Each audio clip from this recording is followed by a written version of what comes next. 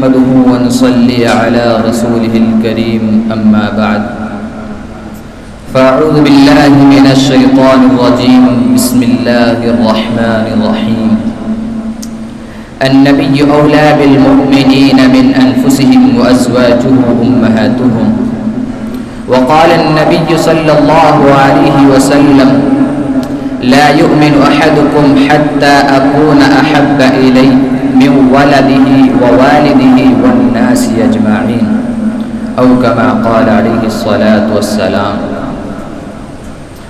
آئے دنیا میں بہت پاک و مکرم بن کر، آئے دنیا میں بہت پاک و مکرم بن کر، کوئی آیا نہ مگر رحمت عالم بن کر. مہمانان عظام، علماء کرام اور عزیز ساتھیوں،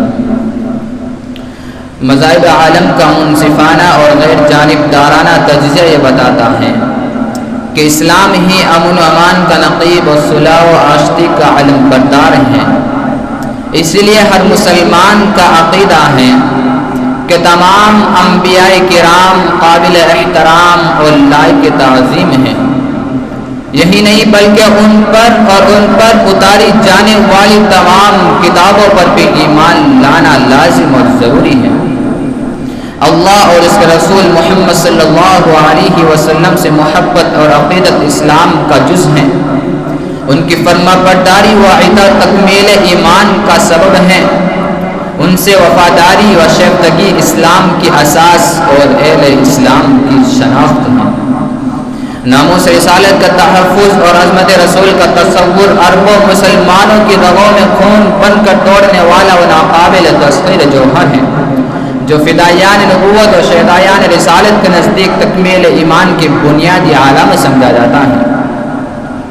خاتم النبیین صلی اللہ علیہ وسلم کی محبت، آپ صلی اللہ علیہ وسلم کی اطاعت اللہ کی اطاعت ہے.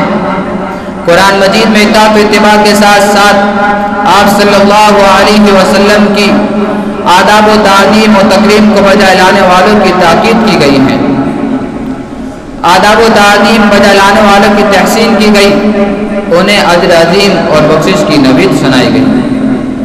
جبکہ اس کے برعکس آداب و تعظیم سے غفلت کرنے والوں کی تنبیہ کی گئی اور دردناک عذاب کا انجام بھی سنایا گیا. آپ صلی اللہ علیہ وسلم کو ہدایت پہنچانے والوں اور گستاخی کرنے والوں کے لیے بھی سخت احکامات نازل ہوئے. یہی وجہ ہے کہ صحابہ کرام رضی اللہ عنہم کی زندگیاں اس کے مصطفیٰ صلی اللہ علیہ وسلم اور ادب مصطفیٰ صلی اللہ علیہ وسلم سے عبارت ہیں. مثلا آپ صلی اللہ علیہ وسلم کا خون مبارک زمین پہ نہ گرنے دینا، وضو کا پانی زمین پہ نہ گرانا بلکہ اسے اپنے اجسام پر ملنا، اپنے منہ مبارک کو سنبھال کے رکھنا، حتیٰ کہ آقا کریم صلی اللہ علیہ وسلم کے لعاب شریف شفا اور برکت حاصل کرنا. خاتم النبیین صلی اللہ علیہ وسلم کی محبت و تکریم ہر مسلمان کے لیے سرمایہ حیات ہے. اس کے بغیر کوئی مسلمان ایمان کا تصور نہیں کر سکتا. یہی چیز اہل اسلام کو دنیا کی دیگر مذہبی روایات سے ممتاز کرتی ہے. اہل اسلام کا یہ تہذیبی سرمایہ ہمیں اندھیروں میں روشنی دکھاتا ہے اور مایوسی سے نجات دلاتا ہے. جب تک مسلمان کا دل اس جذبے سے سرشار آباد رہتا ہے وہ کبھی اغیار سے مغلوب نہیں ہوتا. یہی تہذیبی دولت و سرمایہ کی تپش و حرارت سے مسلمانوں نے 1000 برس سے زائد تک دنیا کے سامنے علمی، عملی، معاشی، ریاستی، فکری اور فنی محیط العقول کارنامے سر انجام دیے. یہی وجہ ہے آپ صلی اللہ علیہ وسلم کی محبت و تکریم کی.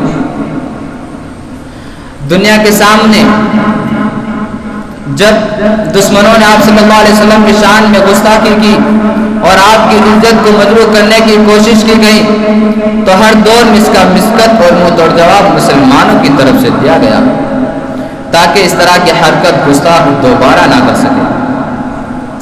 حضرات، آپ سب جانتے ہیں گزشتہ جنہوں نے ہمارے نبی صلی اللہ علیہ وسلم کے شان اور آپ کی ذات میں گستاخی کرنے بلکہ بہت بڑے ظلم کا ارتکاب کرنے کا اعلان کیا ہے.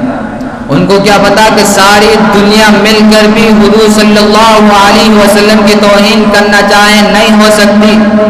کسی نے کہا کیوں نہیں ہو سکتی؟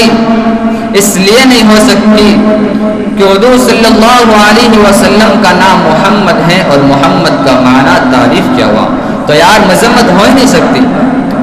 اور اگر کوئی دنیا کا خود چاہے گا مذمت کرنا تو کس چیز کی مذمت کرے گا؟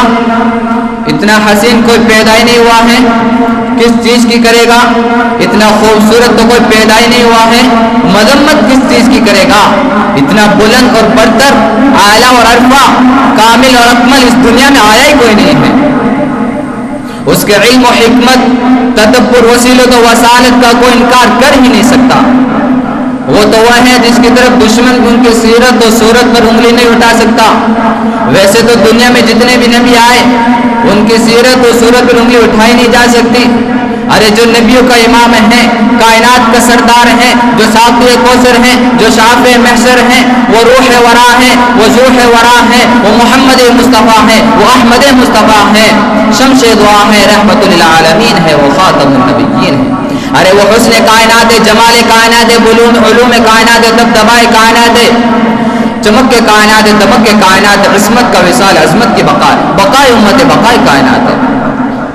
جس کے وجود پر کائنات بنائی گئی تو کس کی مذمت کرے گا؟ دنیا کے سارے لوگوں تم ایک طرف بھی ہو جاؤ، محمد مصطفیٰ کی مذمت نہیں ہو سکتی۔ کسی نے کہا کیوں نہیں ہو سکتی؟ میرے رب نے کہا وَرَفَعْنَا لَكَ ذِكْرَكَ، محبوب میں نے آپ کا ذکر اونچا کر دیا۔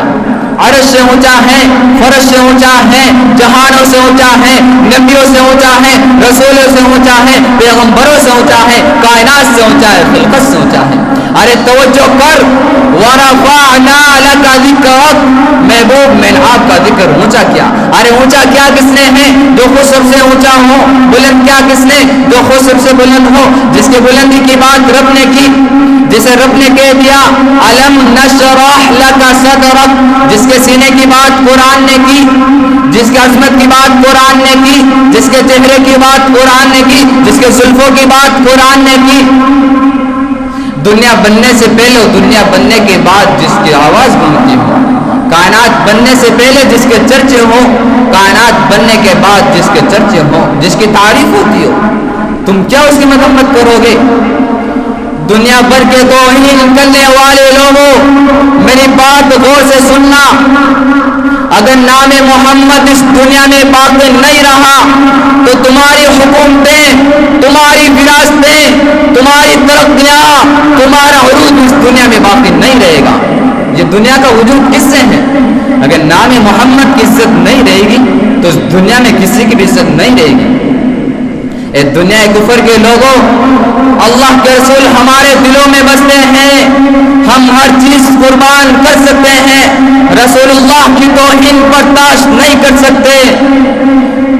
اگر اس دنیا میں امن سے رہنا چاہتے ہو تو میرے حبیب کی عزت کرنی پڑے گی، آمینہ کے لال کی عزت کرنی پڑے گی، رسولوں کے امام کی عزت کرنی پڑے گی، کائنات کے مقتدا کی عزت کرنی پڑے گی، اس کائنات میں آنے والے ابو بکر عمر کے پیغمبر کی عزت کرنی پڑے گی، حسنین کے نانا کی عزت کرنی پڑے گی، ورنہ اس کائنات میں چین سے ہم نہیں رہیں گے تو اس کائنات میں چین سے کوئی رہنے والا نہیں ہے۔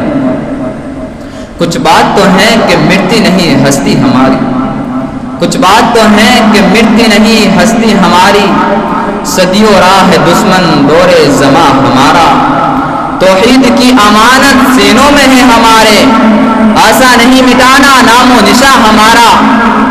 یونان و مصر و روما سب مٹ گئے جہاں سے، یونان و مصر و روما سب مٹ گئے جہاں سے، اب تک مگر ہے باقی نام و نشاں ہمارا۔